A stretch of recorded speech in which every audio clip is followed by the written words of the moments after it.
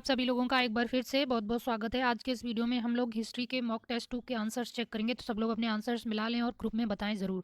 तो चलिए बिना टाइम वेस्ट किए हुए वीडियो शुरू करते हैं। तो आज का पहला प्रश्न था, मौर्यकालीन प्रशासनिक इकाई खरवाटी कितने गाँव सम्मिलित थे? यानी जो मौर्यकालीन प्रशासनिक इकाई थी स्थानीय प्रशासन की, तो उनमें कुछ थी, मैं आपको नाम बताती हूँ। गोपा, संग्रहण, खरवाटेक और द्रोणमुख और स्थानीय। तो ये क्रम था नीचे से ऊपर की तरफ लोकल यूनिट में। तो खरवाटेक में कितने गाँव सम्मिलित थे? तो इसका राइट आंसर है आपका 200 गांव आपके खरवाटिक में थे। तो गोपा में आपके 10 थे, फिर उसके ऊपर संग्रहण था जिसमें 100 विलेज थे, फिर उसके बाद खरवाटक था जिसमें 200 विलेज थे, फिर उसके ऊपर द्रोणमुख था जिसमें 400 विलेज थे, फिर उसके ऊपर था स्थानीय जिसमें 800 विलेज थे। तो इस तरह से ये लोकल यूनिट थी प्रशासन की। अगला सवाल है, अशोक के काल में सुदर्शन झील का पुनर्निर्माण किसने करवाया था? बहुत इंपॉर्टेंट है, यहाँ से सवाल आप पूछे जाते हैं, मिलाने के लिए भी पूछ लिए जाते हैं, क्योंकि इसका जो चंद्रगुप्त मौर्य, अशोक, रुद्रदामन, इन सभी लोगों ने यहाँ पे किसी ने निर्माण कराया, किसी ने पुनरुद्धार कराया, तो ये मिलाने के लिए पूछ लिए जाते हैं। तो अशोक के काल में सुदर्शन झील का पुनर्निर्माण कराया था, वो था तुषास्प। ये ग्रीक था, ये आपको ध्यान रखना है, ये ग्रीक था। और पुष्यगुप्त वैश्य ने करवाया था चंद्रगुप्त मौर्य के समय में। और जो सुविशाख है ये रुद्रदामन के समय था, और ये सुविशाख जो है ये आपका पर्थियन या पहलव था। तो ये भी पूछा जाता है। तुषास्प है आपका ग्रीक था, और ये गिरनार में अधिकारी था इस टाइम, और इसी ने अशोक के समय में रुद्रदामन झील का पुनर्निर्माण करवाया था। अगला सवाल है, शहरी प्रशासन चलाने वाली 6 समितियों में कौन से नंबर की समिति जनगणना का कार्य करती थी? तो मौर्य काल में सिटी के प्रशासन में 6 समितियां काम करती थीं, जिसमें 5-5 मेंबर होते थे। जो तीसरी समिति है ये आपकी जन्म मृत्यु जनगणना से संबंधित कार्य करती थी। तो ऑप्शन सी इसका राइट आंसर है। प्रथम समिति आपकी उद्योग शिल्पों की निरीक्षण का काम करती थी। दूसरी समिति आपकी विदेशी मामलों की देखरेख करती थी, और तीसरी आपकी जन्म मृत्यु या जनगणना से संबंधित थी, और चौथी आपकी व्यापार वाणिज्य का निरीक्षण करती थी।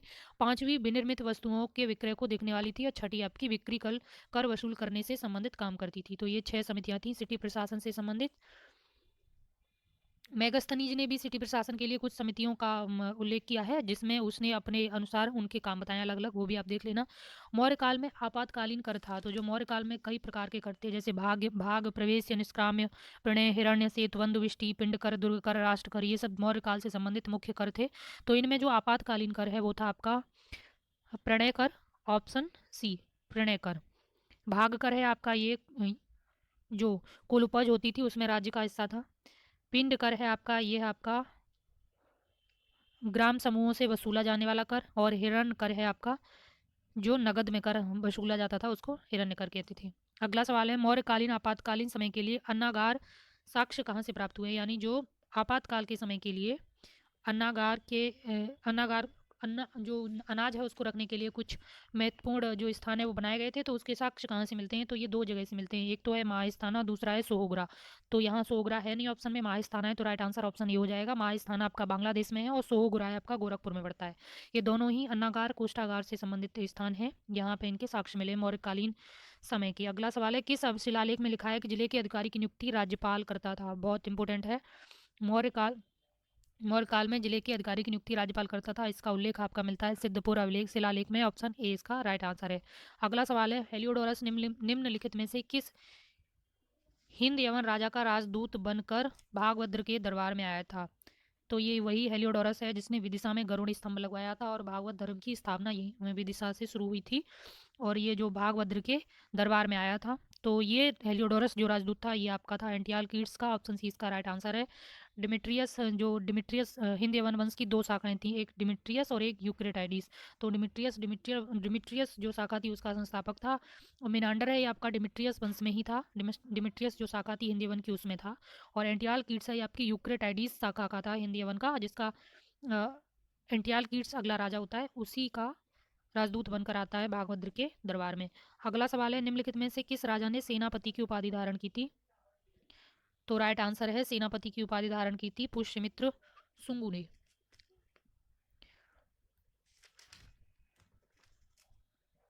अगला सवाल देखते हैं, कर्ण वंश की स्थापना की थी? तो वासुदेव द्वारा कर्ण वंश की स्थापना की गई थी, ऑप्शन ए इसका राइट आंसर है। अगला सवाल देखते हैं, सातवाहनों की राजधानी थी? सातवाहन बहुत इंपोर्टेंट है, सातवाहनों की राजधानी थी प्रतिष्ठानपुर, और ये पड़ती है आपकी महाराष्ट्र में। अगला सवाल है, भारतीय इतिहास में भूमि दान दिए जाने का प्रथम उल्लेख किस अभिलेख में मिलता है? तो भूमि दान दिए जाने का उल्लेख मिलता है नाना घाट अभिलेख में, ऑप्शन बी इसका राइट आंसर है। नागनिका या नाना घाट अभिलेख कहते हैं इसको, यहाँ से भूमिदान दिए जाने का उल्लेख मिलता है। लेकिन यहाँ पे एक चीज़ ध्यान रखनी है, राजाओं को भूमिदान यानी जो सैनिक या प्रमुख अधिकारी होते थे उनको भूमिदान देने की शुरुआत हर्षवर्धन के कार्य में होती है। यहाँ पे मंदिरों को और अन्य लोगों को भूमिदान की शुरुआत होती है, तो ये नानाघाट में इसका उल्लेख मिलता है। अगला सवाल है, खारवेल और श्री सातकर्णी के बीच युद्ध किस नदी के किनारे पर हुआ था? बहुत इंपॉर्टेंट है। खारवेल जो चेंदी वंश का राजा था उसके बीच, और श्री सातकर्णी जो सातवाहन वंश का राजा था उसके बीच युद्ध कहाँ पे हुआ था? तो राइट आंसर है, ये हुआ था कण्वेना नदी के तट पर। ऑप्शन सी इसका राइट आंसर हो जाएगा। और यही नदी फिर इन लोगों की सीमा बन गई थी। अगला सवाल है, गाथा सप्तशती नामक किताब की रचना किसने की थी? तो ये सातवाहन वंश का राजा था हॉल, इसने की थी, और ये मुक्तक काव्य है। जैसे रहीम की रचना नीति वचन, उस तरीके से ये भी एक मुक्तक काव्य है। अगला सवाल है, यहाँ पे होगा आपका द्विजबार कुटुंब विविधन। द्विज द्विजबार कुटुंब विविधन ये उपाधि किसने धारण की थी? तो ये गौतमी पुत्र सातकर्णी की उपाधि है। गौतमी पुत्र सातकर्णी की उपाधियां पूछी जाती हैं।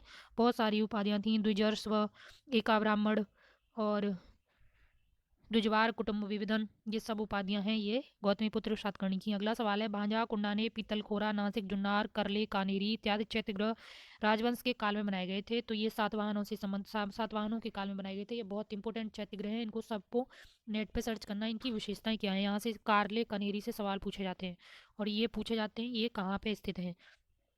अगला सवाल है, मिलिंद पन्नों में कितने प्रकार की, टाइपिंग मिस्टेक बहुत है सॉरी, व्यवसायों का उल्लेख है? तो कितने प्रकार के व्यवसायों का उल्लेख है मिलिंद पन्नों में? तो ये 75 प्रकार के व्यवसायों का उल्लेख करती है, और जो महावस्तु है उसमें 36 प्रकार के व्यवसायों का उल्लेख है। अगला सवाल है, चेंदी वंश की राजधानी थी? तो चेंदी वंश की राजधानी थी आपकी सुक्तमती। ऑप्शन ए इसका राइट आंसर है, सुक्तवती या सुक्तवती इनकी राजधानी थी। पिथुंड नगर राजधानी थी? तो पिथुंड नगर राजधानी है पांड्या वंश की। ऑप्शन बी इसका राइट आंसर है। ये था वैसे मॉक टेस्ट पूरा शक सातवाहन और चेंदी जो छोटे छोटे राजवंश हैं उनके ऊपर, लेकिन चेंदी वंश का राजा था उसकी लड़ाई पांड्य वंश में हुई थी, तो इसीलिए ये मैंने लिया, ये इंपॉर्टेंट है। तो पिथुंड नगर यहाँ की राजधानी थी पांड्यों की। अगला सवाल देखते हैं, हिंद यवनों द्वारा हाइफेनिस नदी किसको बोला जाता था? तो हाइफेनिस किस नदी का नाम लेते थे हिंद यवन? तो ये व्यास का नाम था, ये हिंद यवनों ने रखा था, ये पूछा जाता है मिलाने के लिए। तो ऑप्शन बी इसका राइट आंसर है। अगला सवाल है, हिंद यवनों द्वारा इसेमस किस नदी को बोला जाता? तो इसेमस बोला जाता था कालिंदी या यमुना को। तो ऑप्शन बी इसका राइट आंसर है। अगले सवाल की तरफ चलते हैं, भारत पर आक्रमण करने वाले विदेशी आक्रमणकारियों का कालक्रम है? तो सबसे पहले यूनानी थे, फिर उसके बाद आपके हिंद यवन, फिर शक पहला, लेकिन ग्रीक से पहले हकमानी वंश भी था, लेकिन ऑप्शन में नहीं है, तो यूनानी इसमें पहला मानेंगे यहाँ पे। तो ग्रीक, हिंद यवन और शक, ऑप्शन बी आपका राइट आंसर हो जाएगा। अगला सवाल देखते हैं, अवदान कल्पलता के लेखक हैं? तो ये बहुत इंपॉर्टेंट है, राइट आंसर है आपका क्षेमेंद्र, ऑप्शन बी। अगला सवाल देखते हैं, नासिक के शक वंश का संस्थापक था? नासिक की कुल 4 शाखाएं थीं, 2 उत्तर में और 2 पश्चिमी में। तो उत्तर के शक में 2 थी, एक मथुरा के शक थे और दूसरे तक्षशिला के शक थे, और जो पश्चिमी शाखा थी उसमें 2 शक थे, नासिक शक और कार्दमक यानी उज्जैन के शक। जो नासिक के शक थे उनको क्षैरात वंश भी बोलते हैं। जो नासिक के शक हैं इन्हीं के साथ सातवाहन वंश के जो राजा हैं उनकी लड़ाइयाँ होती हैं। तो नासिक शक बहुत इंपॉर्टेंट है। तो नासिक के शकों की जो शाखा है उसका संस्थापक था आपका भूमक, ये होगा भूमक। अगला सवाल देखते हैं, पहला विशुद्ध संस्कृत अभिलेख? तो जूनागढ़ अभिलेख है, पहला विशुद्ध संस्कृत अभिलेख माना जाता है। अगला सवाल है, विक्रम संवत की शुरुआत विक्रमादित्य ने किस राजा को पराजित करके की थी? भारतीय इतिहास में कुल 16 विक्रमादित्य हुए हैं, कुल 16 विक्रमादित्य, तो उन्हीं 16 में से एक ये भी था। तो इसने रुद्रदामन को हरा करके शक संवत की शुरुआत की थी 57 बीसी में। 57 बीसी में इसने किसको हराया? रुद्रदामन को हराया था, और रुद्रदामन को ही हराकर इसने विक्रमादित्य की उपाधि ली थी। इसका मूल नाम कुछ और था, लेकिन ये विक्रमादित्य के नाम से फेमस हुआ। इसने शकों को हराया और शक संवत की शुरुआत की 57 बीसी में रुद्रदामन को पराजित करके। तो ये हिस्ट्री का दूसरा मॉक टेस्ट था। अगले मॉक टेस्ट में आपसे मिलेंगे फिर, लेकिन उससे पहले बहुत ही महत्वपूर्ण बात, आप सब लोग वीडियो को शेयर भी करें ताकि ज़्यादा से ज़्यादा लोगों के पास पहुँच सके, और चैनल को सब्सक्राइब भी कर लें ताकि हमें आगे भी करने के लिए मोटिवेशन मिलता रहे। Thank you.